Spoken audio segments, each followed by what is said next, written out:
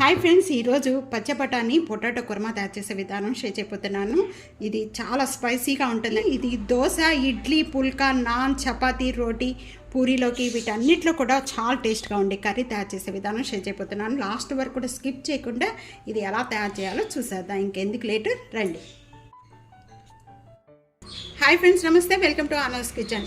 ఈరోజు పచ్చ బఠానీ పొటాటో కుర్మా తయారు చేసే విధానం షేర్ చేయబోతున్నాను. 1 కప్పు పచ్చి బఠానీకి ఇక్కడ నేను 5 మీడియం సైజు బంగాళదుంపలు కుక్కర్లో వేసి 3 విజిల్స్ వచ్చే వరకు కూడా కుక్ చేసుకోవాలి. ఇలా కుక్ చేసుకుంటే బాగా మెత్తగా అయిపోతాయండి. పైన అనేది చెక్కు తీసేసి ఈ విధంగా పెట్టుకున్నవి. ఇప్పుడు తయారు చేసే విధానం చూద్దాం. ఈ బఠానీ అంతా కూడా నేను కుక్కర్లో వేసేస్తున్నాను. క్లీన్ చేసుకుందామండి. ఈ విధంగా క్లీన్ చేసుకున్న బఠానీలో నేను ఇక్కడ ఏ కప్తో అయితే మనం తీసుకున్నామో అదే కప్తో 2 కప్స్ అనేది వాటర్ యాడ్ చేస్తున్నానండి. ఇది పెట్టేసేసుకొని 1 విజిల్ వచ్చే వరకు కూడా కుక్ చేసుకోవాలి. బాగా చల్లారిపోయింది కదా. పచ్చి బఠానీ ఈ విధంగా బాయిల్ అయితే చాలండి. ఈ విధంగా అయిపోయిన వెంటనే కూడా వీటిని పక్కన పెట్టేసుకుందాం. మసాలా తయారు చేసుకోవాలి. ఆ మసాలా ఏమిటనేది చూద్దాం. మసాలా తయారు చేసుకోవడానికి ఇక్కడ 1 టేబుల్ స్పూను గసగసాలు యాడ్ చేస్తున్నాను. కొద్దిగా కొబ్బరి, పచ్చి కొబ్బరి అండి, వెండి కొబ్బరి కాదు. 1 టేబుల్ స్పూను జీడిపప్పు, ఒక 2 లేక 3 పచ్చిమిర్చి, ఇవన్నీ కూడా యాడ్ చేసేసుకొని దీంతో పాటు కొద్దిగా వాటర్ యాడ్ చేసుకొని ఈ మొత్తం కూడా మెత్తగా చేసేసుకుందాం. మసాలా పేస్ట్ అంతా కూడా రెడీ అయిపోయిందండి. ఈ మసాలా పేస్ట్ వేయటం వల్ల చాలా టేస్ట్గా ఉంటుంది. ఇదంతా కూడా ఈ విధంగా ప్రిపేర్ చేసుకొని సైడ్ పెట్టేసుకొని తయారు చేసుకునే విధానం చూద్దాం. పచ్చ బఠానీ పొటాటో కుర్మా తయారు చేసుకోవడానికి ఇక్కడ నేను ప్యాన్లో 3 టేబుల్ స్పూను ఆయిల్ యాడ్ చేస్తున్నానండి. ఆయిల్ అనేది బాగా కాగిన వెంటనే కూడా కొద్దిగా దాల్చిన చెక్క, 3 యాలకులు, ఒక 4 లేక 5 లవంగాలు ఇవి కూడా యాడ్ చేస్తున్నాను.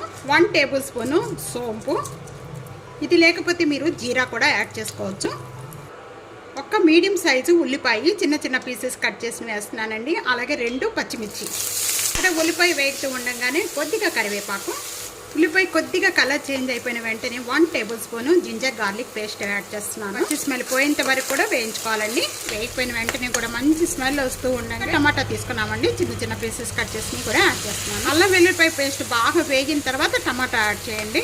ఇక్కడ టమాటా వేగుతూ ఉండగానే 1 టేబుల్ స్పూన్ సాల్ట్ యాడ్ చేస్తున్నాను. ఇక్కడ టమాటా మగ్గిపోయిన వెంటనే కూడా 1/2 టేబుల్ స్పూను పసుపు యాడ్ చేస్తున్నాను.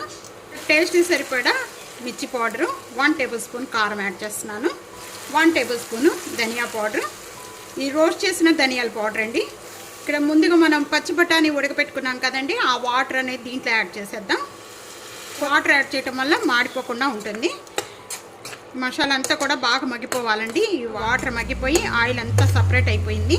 ఈ ఆయిల్ సపరేట్ అయిపోయిన వెంటనే కూడా ముందుగా మనం మిక్సీ చేసుకున్న ఈ మసాలా పేస్ట్ అంతా గసగస కూడా యాడ్ చేసుకోవాలి. కూడా పచ్చి స్మెల్ పోయేంత వరకు కూడా బాగా మగ్గించేసుకోవాలండి. ఇదంతా గ్రేవీ అంతా కూడా గ్రేవీకి అంతా ఈ విధంగా ఆయిల్ అంతా సపరేట్ అయిపోయి గ్రేవీ చిక్కపడిపోయింది. చిక్కపడిపోయిన వెంటనే ఇప్పుడు మనం ముందుగా ఈ బఠానీ పీసెస్ అన్ని ఉడకపెట్టుకుని అన్నీ యాడ్ చేసుకోవాలి. అలాగే ఇక్కడ మనం బాయిల్ చేసుకున్న బంగాళదుంప అంతా కూడా ఈ విధంగా మ్యాష్ చేసేసుకొని వేసేసుకోవాలి. పుల్కా, రోటీ, దోశ, ఇడ్లీలో కూడా చాలా టేస్ట్గా ఉంటుంది ఈ కుర్మా. తప్పకుండా ట్రై చేయండి. ఈ విధంగా మొత్తం కలిపేసుకుందాం ఒకసారి. ఇక్కడ నేను 1/2 గ్లాస్ వాటర్ యాడ్ చేస్తున్నానండి.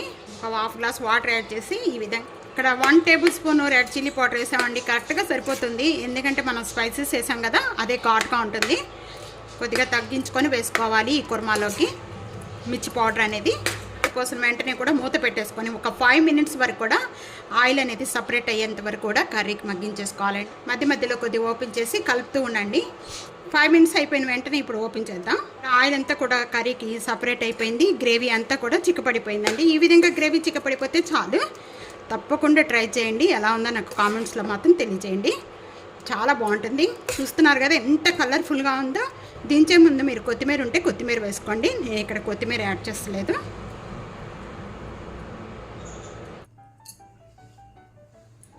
బఠానీ పొటాటో కుర్మా రెడీ అయిపోయింది. తప్పకుండా ఇదే విధంగా ట్రై చేయండి. ఇడ్లీ, దోశ, పుల్కా, నాన్, చపాతీలోకి, రైస్లో వీటన్నిటిలో కూడా చాలా టేస్ట్గా ఉంటుంది. ఎలా ఉందనేది నాకు కామెంట్స్లో తెలియజేయండి. ఫ్యామిలీతో, ఫ్రెండ్స్తో వీడియోని షేర్ చేసి వీడియోని లైక్ చేస్తూ ఉండండి. Thank you for watching.